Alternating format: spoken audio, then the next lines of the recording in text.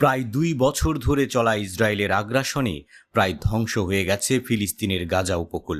বর্তমানে সেখানে নেমে এসেছে ভয়াবহ মানবিক বিপর্যয়। এর মধ্যেই গাজায় আবারও তীব্র যুদ্ধের ইঙ্গিত দিয়েছেন ইসরায়েলের প্রধানমন্ত্রী বেনিয়ামিন নেতানিয়াহু। কয়েকদিনের মধ্যেই গাজায় এমন কিছু ঘটতে চলেছে যা আগে কখনো দেখেনি বলে মন্তব্য করেছেন তিনি। নেতানিয়াহুর এমন বক্তব্য যেন এক আসন্ন প্রলয়ের বার্তা, যেখানে ধ্বংসের নৃত্য হয়তো আরও তীব্র হবে। ইসরায়েলি প্রতিরক্ষা বাহিনীর এক কর্মকর্তা জানিয়েছেন, খুব দ্রুত পুনরায় গাজায় সামরিক অভিযান শুরু করতে যাচ্ছে ইসরায়েল। ইসরায়েল ও যুক্তরাষ্ট্রের নাগরিক অ্যাডান আলেকজান্ডারকে মুক্তি দিতে রাজি হয়েছে ফিলিস্তিনি প্রতিরোধ আন্দোলন হামাস। এই মার্কিন নাগরিকের মুক্তির পরই ইসরায়েল পুনরায় গাজায় জোরদার হামলা শুরু করবে বলে ধারণা করা হচ্ছে। এর আগে হামাসকে ৪৫ দিনের যুদ্ধবিরতির বিনিময়ে ১০ জন বন্দীকে মুক্তি দেওয়ার শর্ত দিয়েছিল ইসরায়েল। কিন্তু সময়সীমা অতিক্রান্ত হওয়ার পরেও হামাস পর্যাপ্ত বন্দীদের মুক্তি না দেওয়ায় ক্ষোভে ফুঁসছে ইসরায়েল।